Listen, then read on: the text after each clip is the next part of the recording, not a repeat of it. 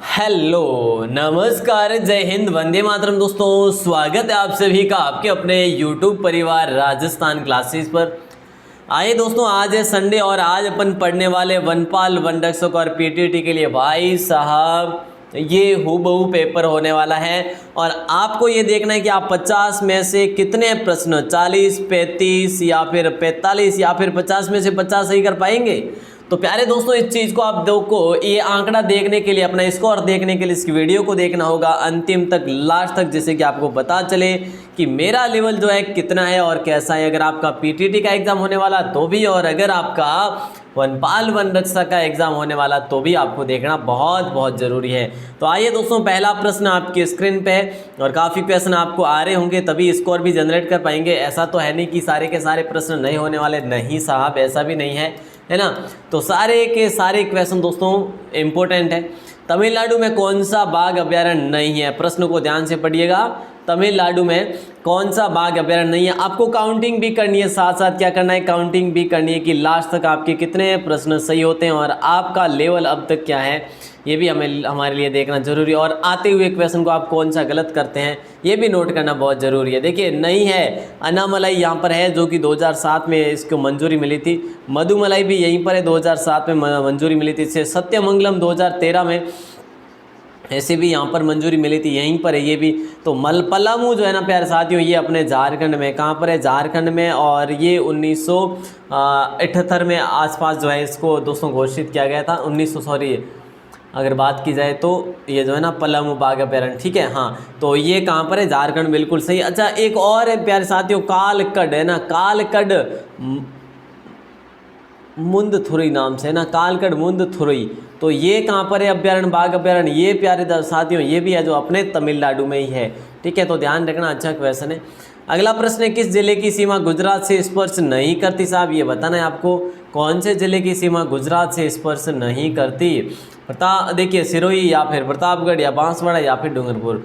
तो किस जिले की सीमा गुजरात से, प्रतापगढ़ की गुजरात से स्पर्श नहीं करती, क्योंकि ये अपने एमपी से करती है भैया। सिरोही से देखिएगा गुजरात, बांसवाड़ा और डूंगरपुर उदयपुर है प्यारे साथियों, बाड़मेर है, सिरोही है, ठीक है। कुल कितने ज़िले हो जाते हैं? 6 ज़िले जो है गुजरात से सीमा टच करते प्यारे साथियों। कितने? कुल 6 ज़िले। ध्यान रखना, अच्छा क्वेश्चन है, लॉक कर दीजिएगा।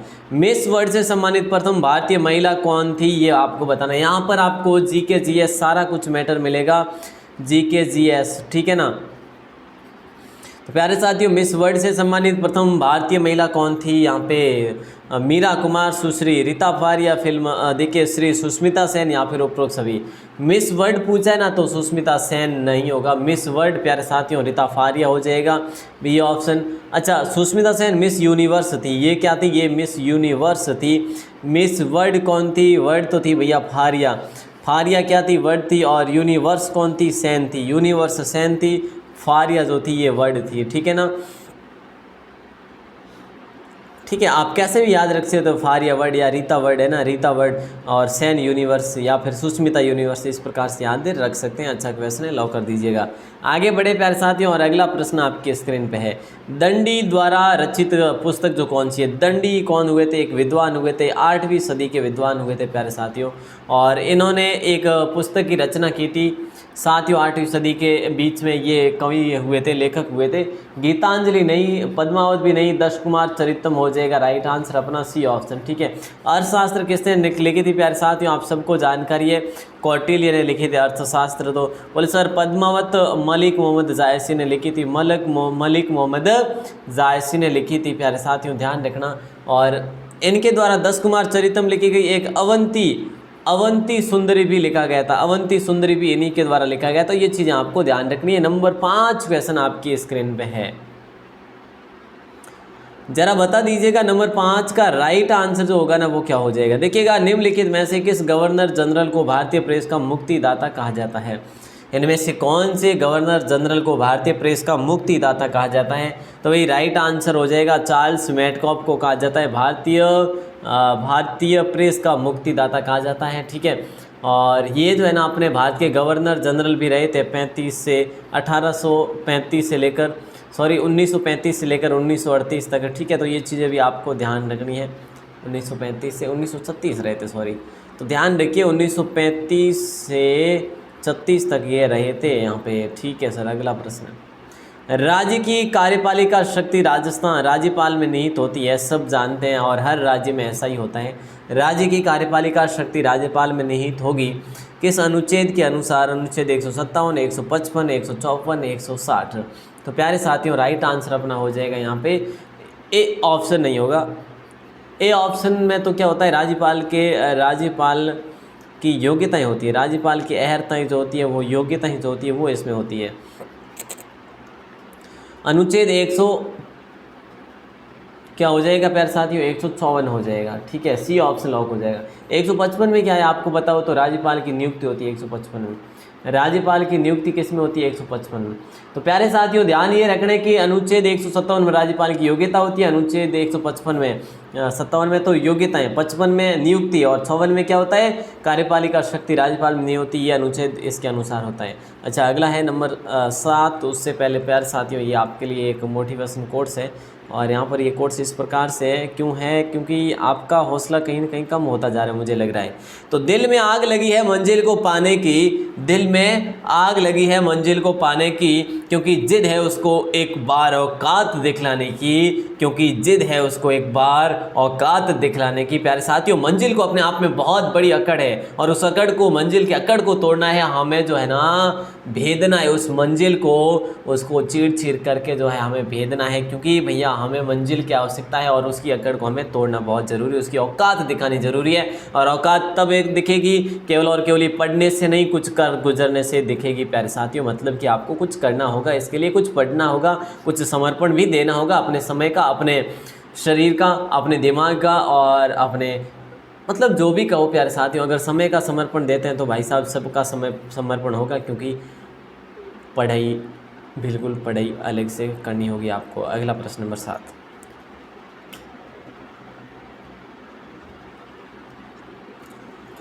7 नंबर देखिए, ग्रीन हाउस गैस।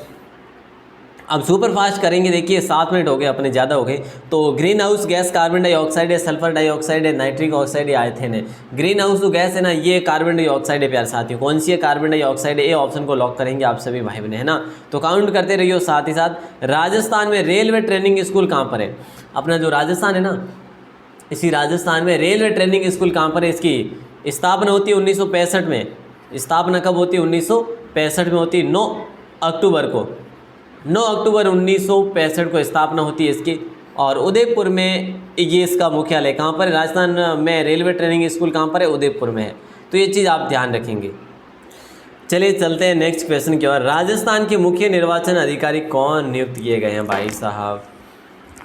क्वेश्चन है लाजवाब, बस आपको देना है आंसर। क्या हो जाएगा राइट आंसर? राजस्थान के मुख्य निर्वाचन अधिकारी कौन है ये आपको बताना है। डॉक्टर देखिएगा, श्री आर वेंकटेश्वरन, श्री जनार्दन सिंह गहलोत, श्री प्रवीण गुप्ता, श्री अरविंद मायाराम। तो प्यारे साथियों यहाँ पर अपन बात करते हैं जो जनार्दन सिंह गहलोत है ना, ये तो अपने राजस्थान ओलंपिक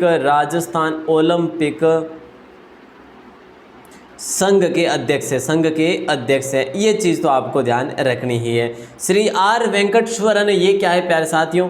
ये क्या है आपको याद होना चाहिए, ये राजस्व बोर्ड के अध्यक्ष हैं, ठीक है। और राजस्थान मुख्य निर्वाचन अधिकारी श्री प्रवीण गुप्ता। इसी ऑप्शन को लॉक करेंगे। अच्छा क्वेश्चन है, लॉक कर दीजिएगा। अगला प्रश्न देख लीजिएगा। अगला थोड़ा सा बड़ा क्वेश्चन जरूर है, लेकिन इसका आंसर भी तो बनेगा साहब। देखिए, जिस श्वेंस्टन प्रौद्योगिकी के कारण हरित क्रांति आई, उसके मुख्य अंग कौन से थे ये बताना है आपको। राइट आंसर बता दीजिएगा। जनशक्ति, यांत्रिक कृषि उपकरण और विद्युत, फसल प्रतिमान में परिवर्तन, औद्योगिकरण और रासायनिक उर्वरक, सिंचाई, जैव रासायनिक उर्वरक और अधिक उत्पादन करने वाले बीजों की किस्में। बहुत अच्छे, सी ऑप्शन यहाँ पे अपना राइट आंसर हो जाएगा। कौन सा ऑप्शन हो जाएगा? C option. 11 नंबर क्वेश्चन में क्या पूछा जाए? उत्खननकर्ता रंगनाथ राव संबंधित है। उत्खननकर्ता जो हुए थे रंगनाथ राव, ये किससे संबंधित, कौन सी सभ्यता से संबंधित है? धौलावीरा या फिर सोतका या फिर लोथल या फिर उपरोक्त सभी। उपरोक्त सभी तो सवाल ही नहीं बनेगा, लोथल हो जाएगा अपना राइट आंसर। अब ये लोथल कहाँ पर है बोले सर? ये गुजरात की सभ्यता है, गुजरात में कहाँ की है? ये भोगवा नदी के किनारे, भोगवा नदी के किनारे अहमदाबाद में प्यारे साथियों, ये अहमदाबाद में ये प्यारे साथियों उत्खनन होती है 1954 में, ध्यान रखना। और रंगपुर भी यहीं पर है गुजरात में, रंगपुर सभ्यता जो है ना, जबकि रंग महल कहाँ पर है? रंग महल राजस्थान में। रंगपुर कहाँ पर है? गुजरात में। तो ये रंगपुर जो है ना, रंगपुर, ये मादर नदी के किनारे प्यारे साथियों, मादर नदी के किनारे, काठियावाड़ गुजरात में है, ध्यान रखियो। और अगला प्रश्न नंबर 12 में कि वे कौन सा कारखाना जो पहला पतन आधारित संयंत्र है और भारत का पहला तटवर्ती कारखाना भी है? राइट आंसर क्या हो जाएगा? विजाग इस्पात संयंत्र विशाखापट्टनम, सेलम इस्पात संयंत्र तमिलनाडु, वे दोनों, या इनमें से कोई नहीं। तो प्यारे साथियों आप लोग कंफ्यूज जरूर होंगे, लेकिन सही आंसर जो होगा ना अपना वो होगा ए ऑप्शन, विजात इस्पात संयंत्र विशाखापट्टनम आंध्र प्रदेश। ठीक है, और इसकी स्थापना हुई थी 1992 में। कब हुई थी? 1992 में। भारत का ये पहला तटवर्ती कारखाना है। ए ऑप्शन को लॉक करेंगे। नेक्स्ट क्वेश्चन है, देखिएगा कि मदर टेरेसा को किस क्षेत्र में नोबेल पुरस्कार मिला? मदर टेरेसा को कौन से क्षेत्र में नोबेल पुरस्कार मिला? साहित्य में, चिकित्सा में, शांति में, या फिर अर्थशास्त्र में?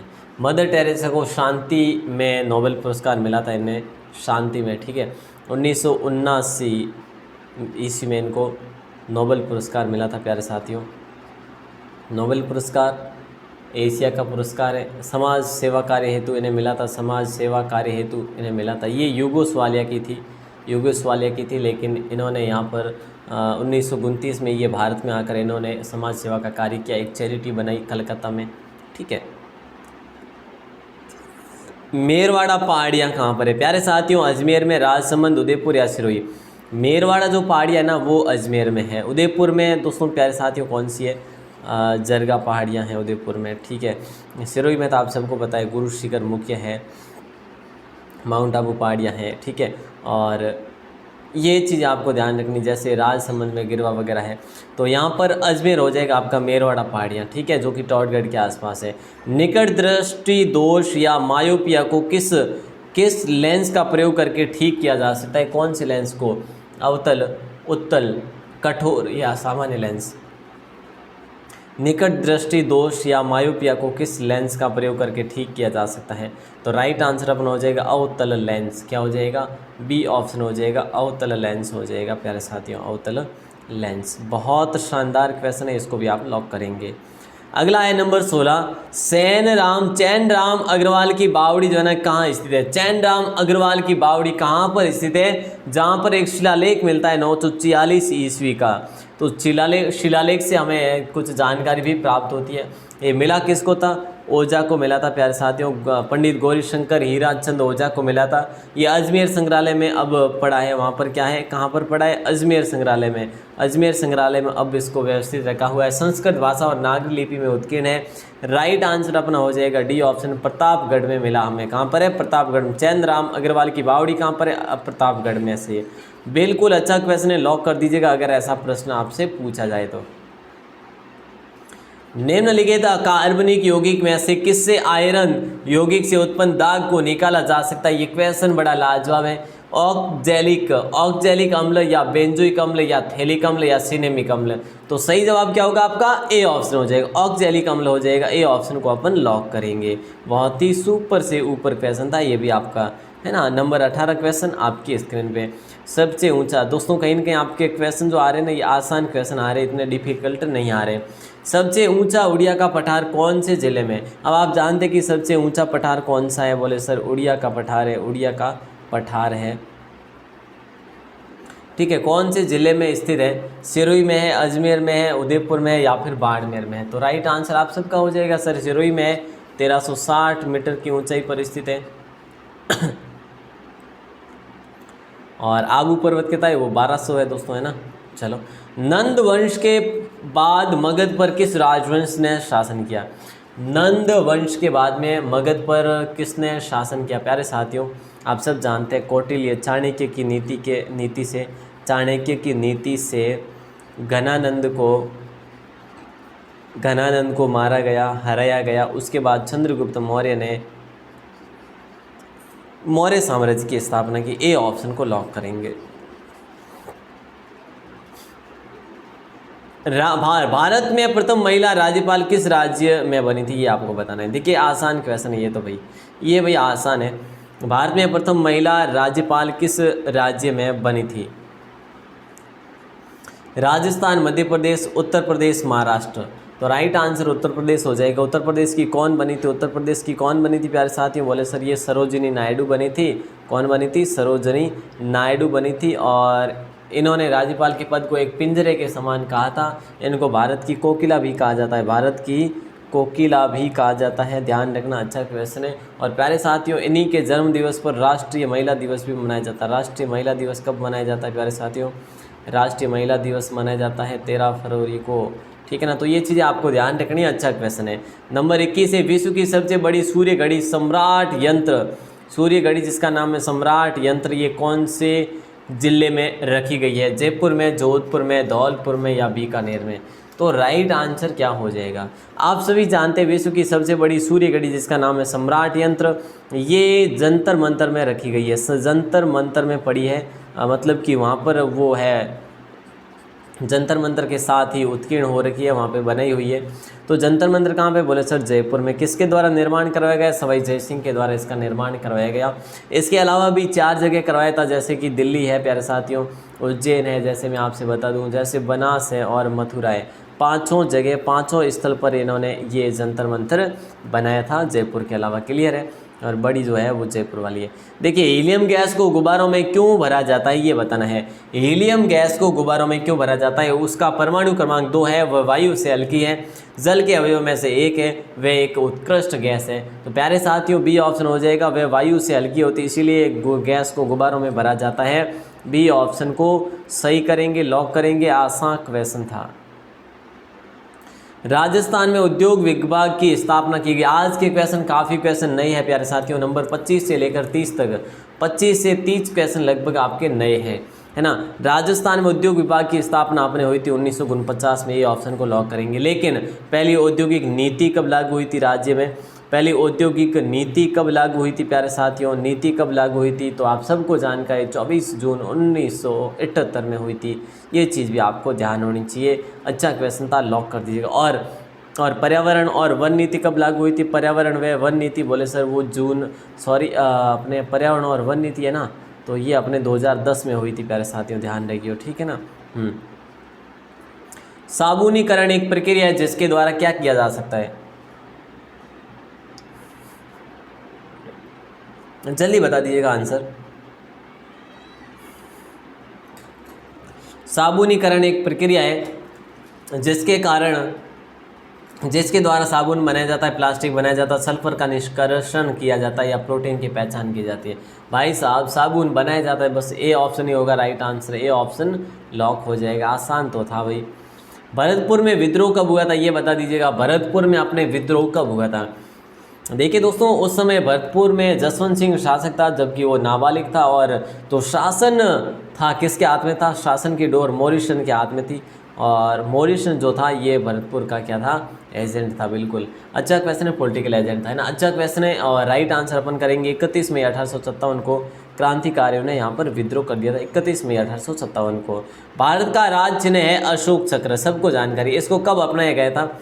1950 को, 1949, 1947, 15 अगस्त 1950। कौन सा हो जाएगा राइट आंसर? भारत का राज चिन्ह अशोक चक्र अपनाया गया था और ये 26 जनवरी 1950 को अपनाया गया था। ए ऑप्शन को आप सब लॉक करेंगे।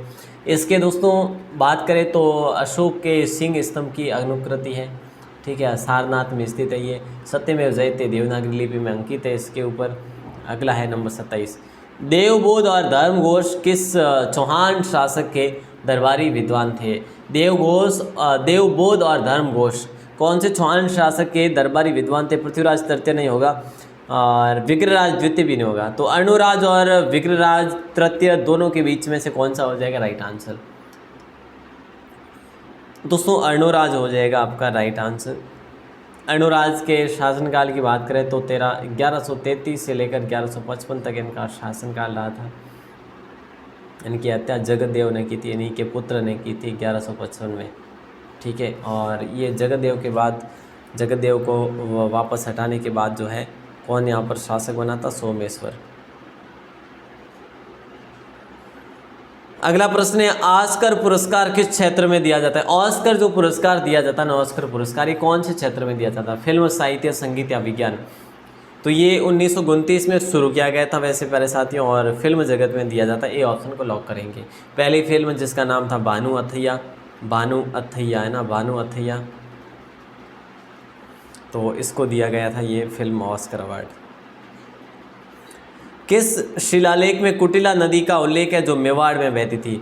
दोस्तों आपसे मैं प्रश्न कर लूँ कि भाई कुटिला नदी कौन से क्षेत्र में बहा करती थी, तो आप ध्यान रखेंगे मेवाड़ में बहा करती थी। सांडेराव के शिलालेख में हमें उल्लेख मिलता है या अचलेश्वर के या फिर नादेसमा गांव के या बिजोलिया के? तो यहाँ पे अपना राइट आंसर होगा डी ऑप्शन हो जाएगा, बिजोलिया का शिलालेख हमें यहाँ पर उल्लेख मिलता है। और इसी में भूमि अनुदान को क्या कहा गया था? भूमि अनुदान को डोहली कहा गया था, डोहली कहा गया था प्यारे साथियों।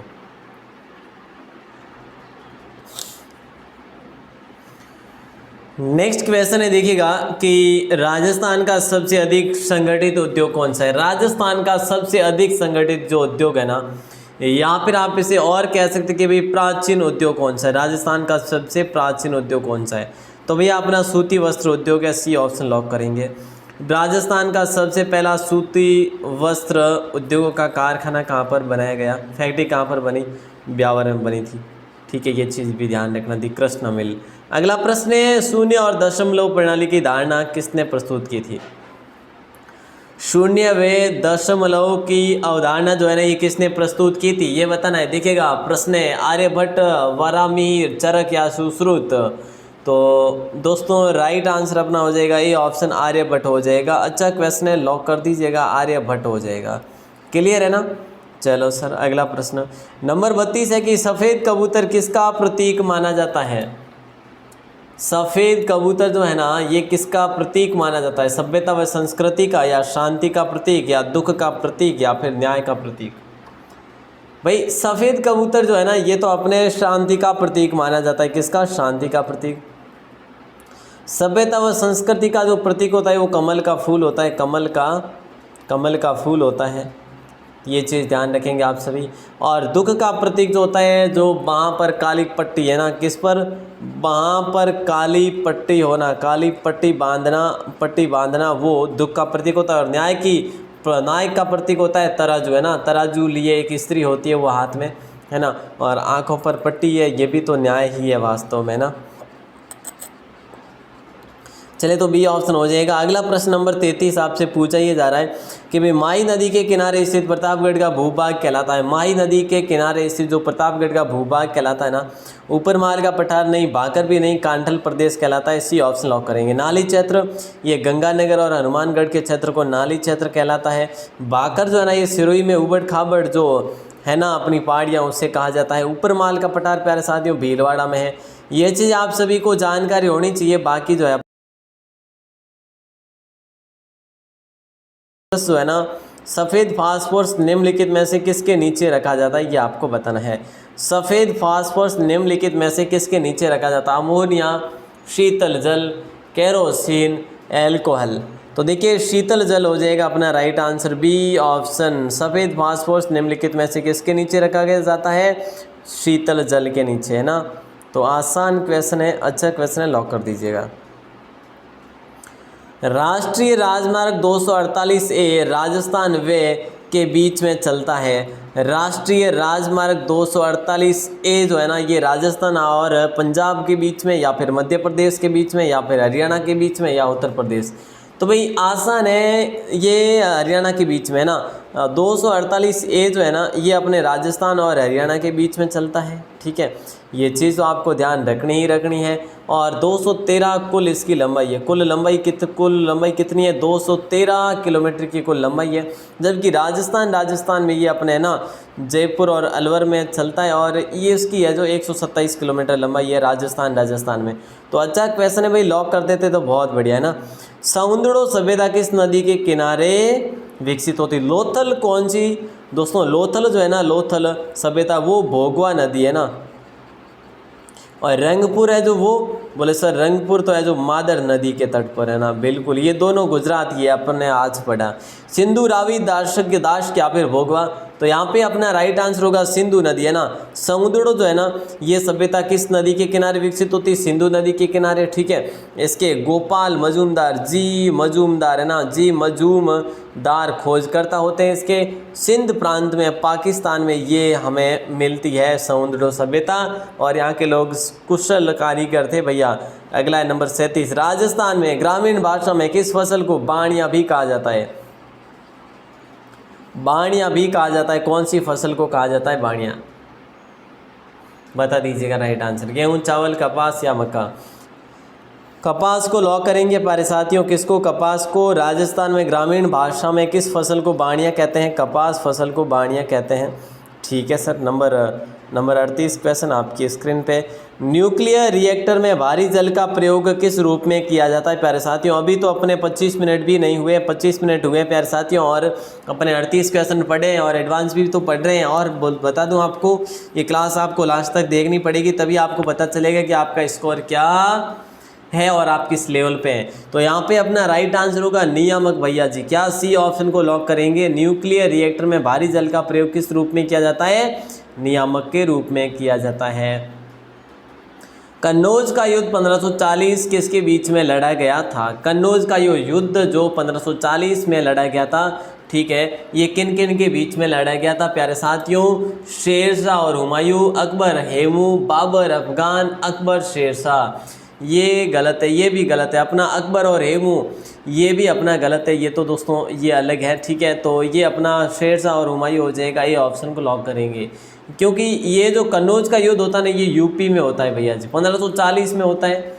और 1540 में मलिक मोहम्मद जायसी जो है ना रचना करता है पद्मावत की भी, ठीक है। और इसमें हुमायूं की हार भी हो जाती है भैया, हुमायूं की हार होती है और हुमायूं को यहाँ से भगा दिया जाता है।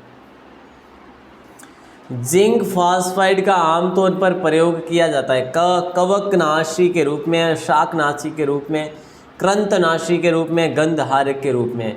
तो देखिएगा, जिंक फॉस्फाइड का आमतौर पर प्रयोग किया जाता है ना, वो कृंतनाशी के रूप में किया जाता है। सी ऑप्शन को लॉक करेंगे। अच्छा क्वेश्चन है, लॉक कर दीजिएगा, बहुत अच्छा क्वेश्चन है। नंबर 41, अशोक के शिलालेखों को पढ़ने वाला पहला जो अंग्रेज था ना, वो कौन था? अशोक के जो शिलालेख हमें प्राप्त हुए कुल, और ये पढ़ने वाला पहला अंग्रेज जो था ना, वो जॉन टावर नहीं था, स्मिथ भी नहीं था, मेटकॉफ। इसको तो प्रेस का मुक्तिदाता कहा जाता, भारतीय प्रेस का मुक्तिदाता कहा जाता प्यारे साथियों। जेम्स प्रिंसेप हो जाएगा, डी ऑप्शन को लॉक करेंगे। अब तक आपके कितने सही हुए प्यारे साथियों, गिनते रहियो। राजस्थान का वह जिला जहाँ पर नैरोगेज रेल लाइन है, राजस्थान का वह जिला जो जहाँ पर नैरोगेज रेल लाइन है, बांसवाड़ा, प्रतापगढ़, अब दोनों या इनमें से कोई नहीं। राजस्थान का वह जिला, काफ़ी भाई ने ए और ब दोनों करेंगे, ऐसा है ही नहीं साहब, है ना, इनमें से कोई नहीं हो जाएगा, मतलब कि डी ऑप्शन को लॉक करेंगे, क्योंकि ये नैरोगेज धौलपुर में भैया जी, ठीक है ना। ये अच्छा क्वेश्चन है। और बाकी मैं आपसे बात करूँ, बाकी तो ऐसा है कि नैरोगेज की कुल जो है ना, नैरोगेज की कुल जो अपने जो दूरी होती ना मीटर के बीच में वाली, तो 0.610 से 0.762 मीटर की ऊंचा जो है ना दूरी होती बीच की, है ना। तो ये नैरोगेज होती है, जो कि सबसे छोटी होती है ये वाली लाइन। नंबर 43 में क्या पूछा जा रहा है, ज़रा ध्यान देना तो, कि भाई राजस्थान मार्च 2019 तक रेल मार्गों की कुल लंबाई कितनी है, ये आपको बताना है। राजस्थान में कुल लंबाई, देखिए मैं अलग अलग बता दूं आपको। राजस्थान में मार्च 2019 तक रेल मार्गों की कुल लंबाई कितनी है?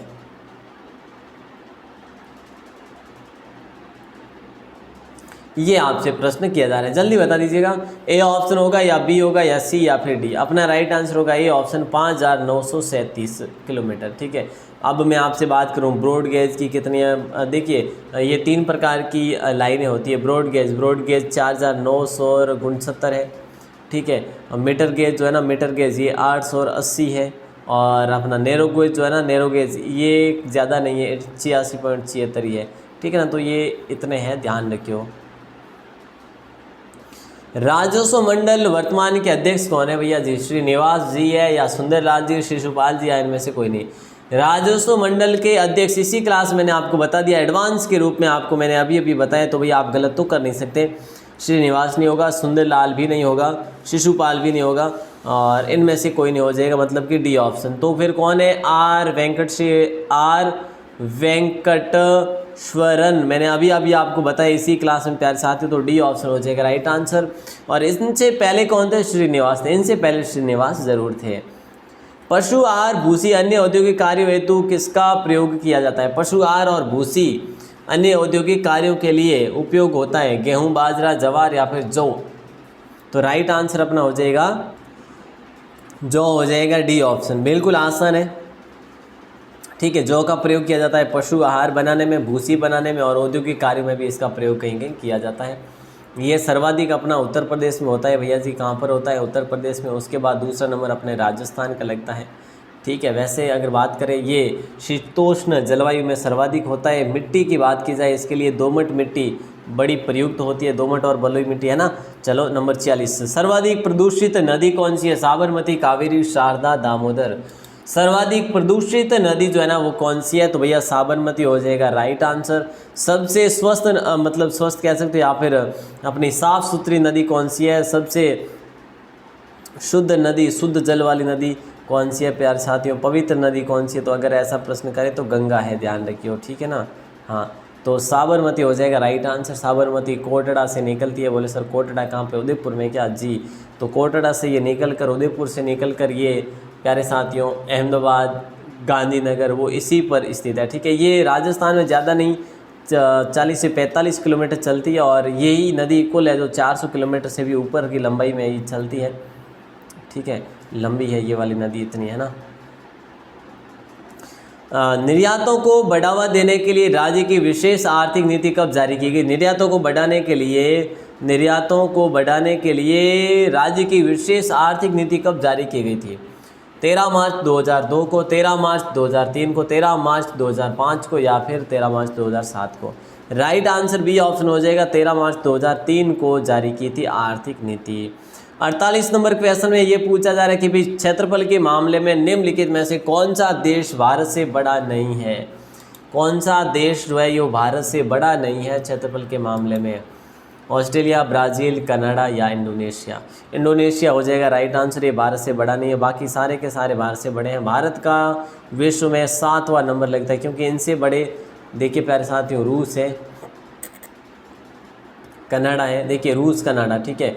फिर आ जाता है अपना ब्राज़ील, एक आता है ऑस्ट्रेलिया, एक आता है कनाडा, कितने हो गए? 5, एक और है चीन, कितने? 6, और 7वां नंबर आता है अपने भारत का।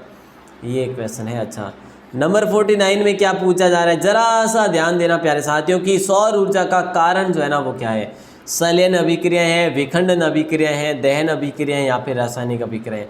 सौर ऊर्जा का प्रमुख जो कारण है ना वो है संलयन अभिक्रियाएं। क्या संलयन अभिक्रियाएं? मतलब कि ए ऑप्शन को लॉक किया जाएगा, ए ऑप्शन को लॉक किया जाएगा। और नंबर 50 क्वेश्चन, इसका आंसर आपको बाहर आके कमेंट सेक्शन में देना है। क्या हो जाएगा सही जवाब? इसका आंसर आपको बाहर आके कमेंट सेक्शन में देना है। हरियाणा के प्रमुख लोक नृत्य जो है ना वो कौन से? हरियाणा के प्रमुख लोक नृत्य जो है ना वो कौन से है? घोड़ी नाच व सांग, गोडो व टपाड़ी, चारबा व जद्दा, डांगी व चंबा। दोस्तों इसके आंसर आपको बाहर आके कमेंट सेक्शन में देना है। उम्मीद है आपको क्लास अच्छी लगी। अब आपको ये बताना है बाहर आके कमेंट सेक्शन में अपना स्कोर दोस्तों शेयर ज़रूर करना है। इस लॉकडाउन में अच्छी स्टडी के लिए राजस्थान क्लासेस के साथ ज़रूर से ज़रूर जुड़े रहिएगा, जिससे कि आपको बेहतरीन अवसर मिल सके, बेहतरीन पढ़ाई करने का, बेहतरीन जो है स्टडी करने का, और अपने आप का स्तर और लेवल जांचने के लिए राजस्थान क्लासेस का जुड़े रहिएगा। ऐसे भी लल्लू पल्लू क्वेश्चन नहीं आते यहाँ पे आपके लिए वो सेलेक्टेड क्वेश्चन आते जो एग्ज़ाम में पूछे जाते हैं भाई साहब, है ना। तो यहाँ पे केवल और केवल पढ़ाई होती है प्यारे साथियों, ज़रूर से ज़रूर जुड़े। अभी अपन ने बात की है सुबह पेपर की, तो सुबह पेपर में आपके कितने सही हुए? अपन ने 33 मिनट में प्यारे साथियों कितने 50 क्वेश्चन पढ़े, विथ एडवांस पढ़े। ऐसा भी नहीं है, हर प्रश्न पर अपन ने जानकारी प्राप्त की है, जहाँ तक की बात थी मुझे याद था, है ना। तो चलिए प्यारे साथियों, आप सभी का बहुत बहुत आभार, बहुत बहुत धन्यवाद। जय हिंद, वंदे मातरम। इसी प्रकार अपना स्नेह और विश्वास जो है बनाए रखिएगा। प्रेम पूर्वक आभार। जय हिंद, वंदे मातरम।